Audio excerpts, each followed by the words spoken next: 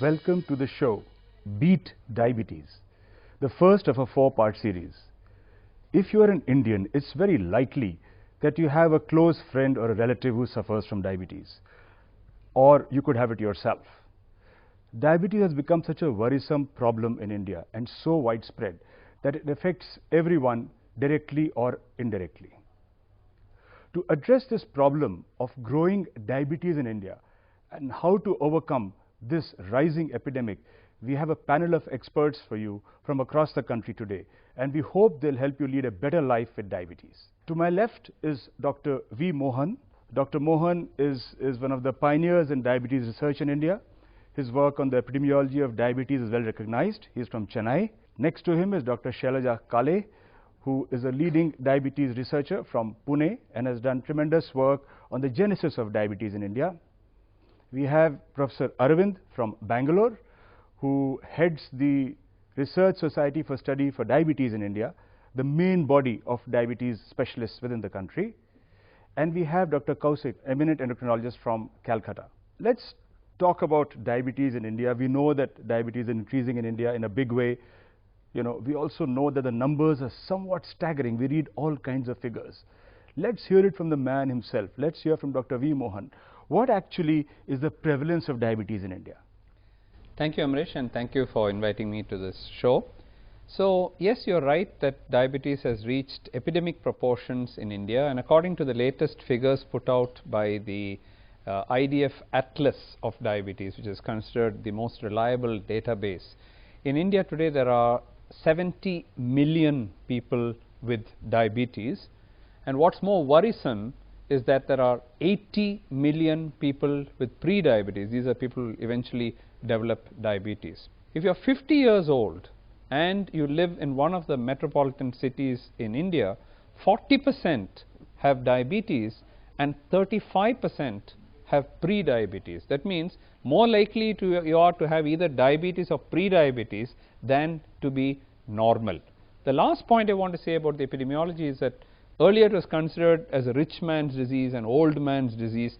Today it's coming to young people, poor people, and even in the rural areas. So we truly have an epidemic of staggering proportions in India today. So actually it seems we have more people with abnormal glucose values than normal glucose values. And in the cities at least. Yeah, yes. so in the cities, and I think a time will come when we'll be looking for why is this person not a diabetic instead of worrying about why he is a diabetic. True. So what really do you think, Dr. Kale, would be the reason? Why has this happened? These are really stunning, staggering numbers. Why do you think it's happened? Diabetes is growing across the world. In every country this is the problem. But if you take India, which is a major part of South Asia, it is growing in really bad proportion. We all have a genetic tendency to get diabetes. On top of that, the major problem is our lifestyle. Day-to-day lifestyle as well as the lifestyle which has happened in last few generations. There is a drastic change which has happened, and our daily life, our eating patterns, our physical activity, our stress level, the type of work, everything is changed over generations plus every day. So this bad lifestyle is actually pushing all Indians towards getting the diabetes. It's also, we are noticing a change in the profile of diabetics, yes, right? We're noticing a change in the, when we were students, for example, or residents, we hardly ever saw a 22-year-old, 23-year-old walk into your clinic with type 2 diabetes, the usual diabetes. Yeah. You want to comment on that, Dr. Pandit? You have a lot of experience in this area. What about diabetes hitting people young? Yeah, this is certainly a very important point of concern. In fact, many times patients drop into our clinic and we tend to believe that the father who is having diabetes, but it is the other way. It is the father who is getting his son to get treated for diabetes. And this is something very worrying point. This is primarily happening because of two reasons, as Dr. Kale had said, that despite the fact that you are having the same sort of genes for the last so many generations, it is the lifestyle which has undergone a complete change. And unfortunately, this change is seen predominantly mostly in the young population who fall prey to this disease because the lifestyle change is so much in that particular population. They walk less, take recourse to various gadgets, have got tremendous degree of stress levels, which is changes that we see in the westernized sort of lifestyle in India today, and that is what is driving That is a major driver for. So what you're saying is really that it's lifestyle. So that actually gives a lot of hope. That gives hope, because if genes are at fault, there's not much you can do, right? About it, So the thing is that our genes are the same, and we've messed it up, you know, by changes in our lifestyle. And so, Dr. Mohan, want to throw some light on the genes part of it once?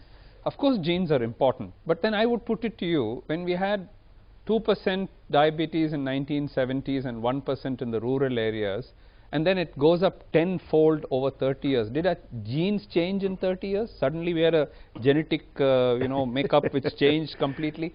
That didn't change. What changed is the environment. So we do know through our genetic studies that Indians do have some genes which are a little different. The strongest gene, TCF7L2, which has been reported in Europe, is still the same in India. So that doesn't change. That's the, I would say, 80% of the biggest gene for type 2 diabetes. But you look at all the minor genes, they are different in different populations, and in India also we have about 6 genes which we publish in a paper in Nature Genetics showing these 6 genes are only in Indians. But does it explain the epidemic? No. So while these genetic factors are there, exactly as Dr. Kale said, on the background it is there, what changes the environment? And as you very nicely put it, I think if it's all genetic, you're just doomed to get it. You know? Yes. That is only in a very small subset of people, like the maturity onset diabetes of youth, MODY, where there's a monogenic defect and one gene is affected. That will keep on going from family to family. You cannot change it also. You're born with it. But that's like 1% of all the people that we see. 95%, 98% is the type 2, which I think can be controlled and prevented, as we'll discuss in the rest of this program. Sure. I think we come to you, Dr. Arvind, and you know, we're talking of preventing diabetes. The problem is we don't even know if a person has diabetes. So one big challenge in diabetes, as we all know world over, is that there are lots of people who are undiagnosed, you know, who don't know they have diabetes. So why are people undiagnosed, and what can be done about that? I don't have the exact figures when it comes to the people who have diabetes but who have been undiagnosed, but I can quote from the IDF Atlas, 7th Atlas, which clearly tells us that there are 193 million people with diabetes but do not know that they have diabetes. In the world. In the world, yes. Okay, now that's in the world. Now in India, Dr. Mohan quoted that we almost have 70 million people with diabetes. Now if you extrapolate the IDF data, we can say that probably about 30 to 35 million Indians probably have diabetes, but do not know that they have diabetes. And I'll also add to what Dr. Pandit was talking about, along with the lifestyle changes, it's coming early today. There is also a tremendous increased levels of stress among the youth of India. Now this stress, whether it is related to education or what they have to become. In your city, they're probably working to American timings. I know, that's one of the things. Working at different timings, night shifts, and not adjusting to the thing. Probably people are all in a race. You know, in an effort to have a better tomorrow, people are forgetting to live today. And that's exactly what's happened. Just to put that in perspective, most studies across the world have shown that the most stressed profession is medicine. Doctors are the most stressed professionals of all. So you're not alone there. Doctors are also struggling with stress. And Dr. Kale, just before we go for the break, I would like to know really, how does the clinical pattern differ? Is it different? I mean, is the clinical profile of a diabetic you see here different from what is described in the West or Western textbooks? You want to elaborate on that? Answer is yes. And though the treatment remains same across the world for all people with diabetes, but in India there are some peculiarities, and a person treating that, or everyone should know these peculiarities. Like we get it very young, maybe 10 years younger, and in general these lifestyle diseases are associated with obesity, like high BMI, which we don't see it in India. So people may think, I am not obese, I may not get such lifestyle disease like diabetes, blood pressure, heart disease. That is not the case. So we have, it's commonly described as a thin fat Indian, and we have more fat across our tummy, and so that fat sits around pancreas, liver, and that makes you more prone. Another thing very particular about it's very rapid progression. So diabetes becomes more severe early in Indians. We have more heart disease. Our people have more kidney disease. So in general, getting it at a young age and more kind of a severe, So we need to prepare ourselves to beat diabetes and all its complications right at the beginning, right from the young age. So it is a bit a kind of a more complicated thing, and coming it at a younger age. That's the difference between Indian. Coming at younger age actually introduces another element, Yes. that you live with it longer. Yeah, yeah. So the chances of getting the complications are more. Much more. I would like to say a small thing here. When we are talking about young onset diabetes, recently we had a study published from India where I and Dr. Mohan have shared the paper. We found that almost 50% of newly detected diabetics are below the age of 40. Now this is something which is very, very disturbing in India, something that we did not see. Yes, absolutely. And close to about 70-80% of them are overweight, and about 25% of them already have hypertension. Now this is exactly what Dr. Kale was saying, that lifestyle changes have to take an important role if you want to prevent diabetes in India. So we've learnt a lot about diabetes from our experts today, and the silver lining is that really it's mostly lifestyle, and if we can define this better and work on this, we can prevent our youth from heading towards diabetes and prevent those who have diabetes from getting into trouble with their complications. We'll take a short break. Stay tuned for more. We have lots more coming up.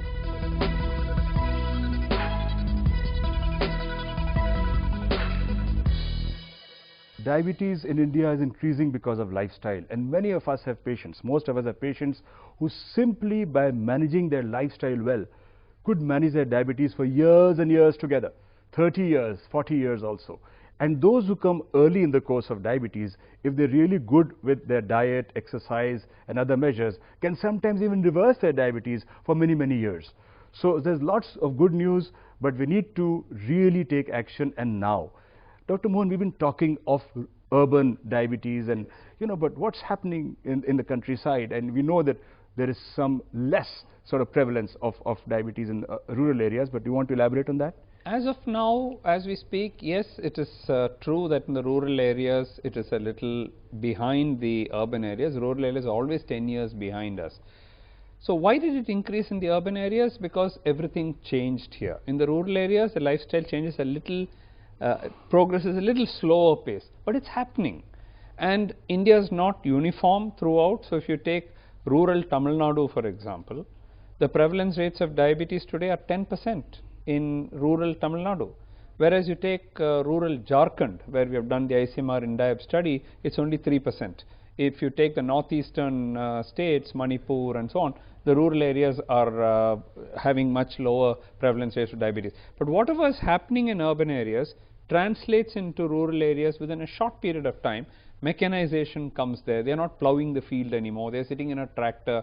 They can get loans. All the things that the junk foods that we had here, now the markets move into the rural areas trying to capture the new market. So the same mistakes that we did in urban areas will repeat in the rural areas. But to me, this gives a golden opportunity, window of opportunity, for intervention. Because the lessons that we have learned, why did the prevalence go from 2% to 20% in the urban areas, and what could we have done to prevent that? I don't think we should allow history to repeat itself. And so right from the beginning, if you bring the for example, in some of the rural areas where we work, the concept of walking is unknown, because they have not done leisure time physical activity. They only work in the fields. Why should I walk? But as their life changes, we'll have to tell them what you can eat healthy, and we'll discuss that later, how healthy eating can continue and how the exercise levels have to be kept up. Then they can repeat the same thing from happening what happened in the urban areas. Dr. Pandit, we've also heard patients coming in, I mean, for the benefit of our viewers, would you like to explain when they say, the doctor told me I don't really have diabetes, but maybe a little bit, maybe I have borderline diabetes. What is this borderline diabetes, pre-diabetes story? Yeah, as Dr. Arvind has said, that we have a good number of people who have got diabetes, who knows that they do have it. There are a large chunk of people who do not know that they have diabetes, and there is another huge chunk of people who have what is known as pre-diabetes. Then what is this pre-diabetes? Well, we'll have to appreciate this fact that diabetes, that means high sugar, and normal, they are not separated by a number. They are separated by a zone. Let me give you an example. Well, for fasting glucose, if it is more than 126, we call it diabetes. The fasting glucose, if it is less than 100, you call it as normal. Then what happens to this who are between this 100 and 125? they are known as pre-diabetic.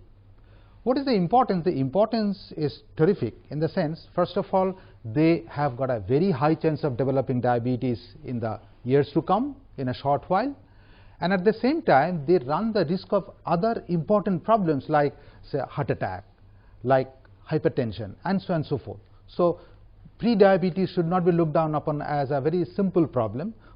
In fact, in these people, diabetes can be prevented to a large extent, which is very important. So pre-diabetes, that is screening for blood glucose, is important, and we'll come back to because who should it be screened. is asymptomatic. And there's no symptoms there, and if you intervene at that point, you will prevent a lot of people from actually going into the danger zone of diabetes, and so that they'll remain healthy all their life. So I think that's a very, very important niche. Now we've talked about diabetes not producing symptoms, which is actually in a way not such a good thing. But if there were symptoms, very briefly, Dr. Arvind, can you tell us what are the symptoms of diabetes? See, the classical symptoms of high blood glucose is usually increased urination, thirst, weakness, sudden loss of your body weight. But these are very classical symptoms. And in India, unfortunately, majority of the patients do not have these classical symptoms. That is why when you ask me a question that how many people are there without knowing that they have diabetes, there are close to 35 million who have diabetes but don't know, mainly because it is asymptomatic. In India or anywhere in the world, only when something goes wrong with the body, you go see a doctor. Here, nothing is happening to you. People are walking around with... It's a silent killer. Yes. It's a silent killer. People are walking around with blood sugars of 300, 400, no symptoms. High blood pressure, no symptoms. High cholesterol, no symptoms. Even after diabetes comes, if they have a heart attack, majority of them have no symptoms. Waiting for symptoms to occur in diabetes is like writing a letter to a person with no hands and waiting for a reply. So diabetes never speaks. I think we have to go ourselves and check. So since we talked about the devastating consequences of diabetes, that can happen, but should not happen actually if you manage your diabetes well. Would you like to just outline for us, Dr. Pandit, what are the sort of long-term complications of diabetes that could happen? I mean, if somebody do not treat the diabetes well, they are negligent, do not care for it, and it then goes on for a long period of time, leading to some problems. Some of the problems are pretty well known, like something related to the kidneys, but unfortunately diabetes affects almost any organ system of the body. True. Especially the heart, like heart attack, heart failure. Some people can have a problem with the eyes, and some people can have problem with the nerves also. So it is very important that treatment should be initiated early and they should be checked. Lot of aggressive things which needed to be done in the early years are exactly done very lightly by people as well as by treating doctors. I will say sometimes the first very lightly. few years of diabetes are critical to long-term complications. That's the golden period where you can intervene. So we've talked a lot about this, and we are coming towards the close of this session. Last question to Dr. Mohan and then to Dr. Kale. So Dr. Mohan, who should get screened? We are like, I don't know, billions of people. Ideally speaking, everybody should, because I said at age 50, if 40% have diabetes and 35% have pre-diabetes, naturally at that age everybody has to screen. But in India, I don't think you should wait that long. If you have a family history of diabetes, meaning that your father, mother, brother, sister, anybody had diabetes, you should start screening at age 20. If you wait until you're 30, 40, Dr. Arvind just mentioned 50% people already got it before 40. So if you wait, you're going to miss 50%. If you're overweight, if you're under stress, if you have blood pressure, if you have lipid problems, cholesterol, triglyceride problems, if you're unhealthy, you don't do exercise, all these are high risk individuals, and then if you're pregnant, of course, every pregnant lady in India should undergo a screening to rule out gestational diabetes, which is another form of diabetes. We're talking of the burden on the individual's health. We've talked about the numbers. But in a growing economy like us, can we afford to manage diabetes? What is the economic impact of diabetes? It is not the cost of taking treatment for diabetes that is expensive. You can still manage with about 5,000 rupees per annum, which is reasonable.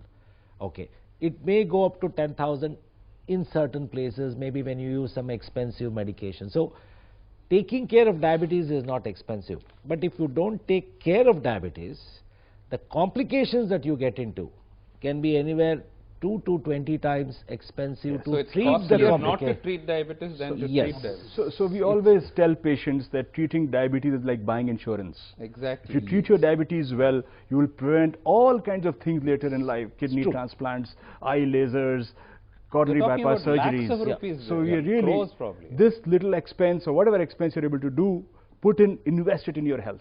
That's really important. And coming to the final message, what exactly should people do? We'll discuss this more in subsequent episodes, but really, what can generally people do to prevent? I think as usual, we heard a lot of bad news from the doctors. That's the doctors are blamed for. But we do definitely have some good news for all of you, that diabetes can be prevented. It can be postponed. 10,000 steps every day. Very good. Walking. That's a You very can good- use gadgets like steppers, step counters, Even your phone Apple has it. phones, everything.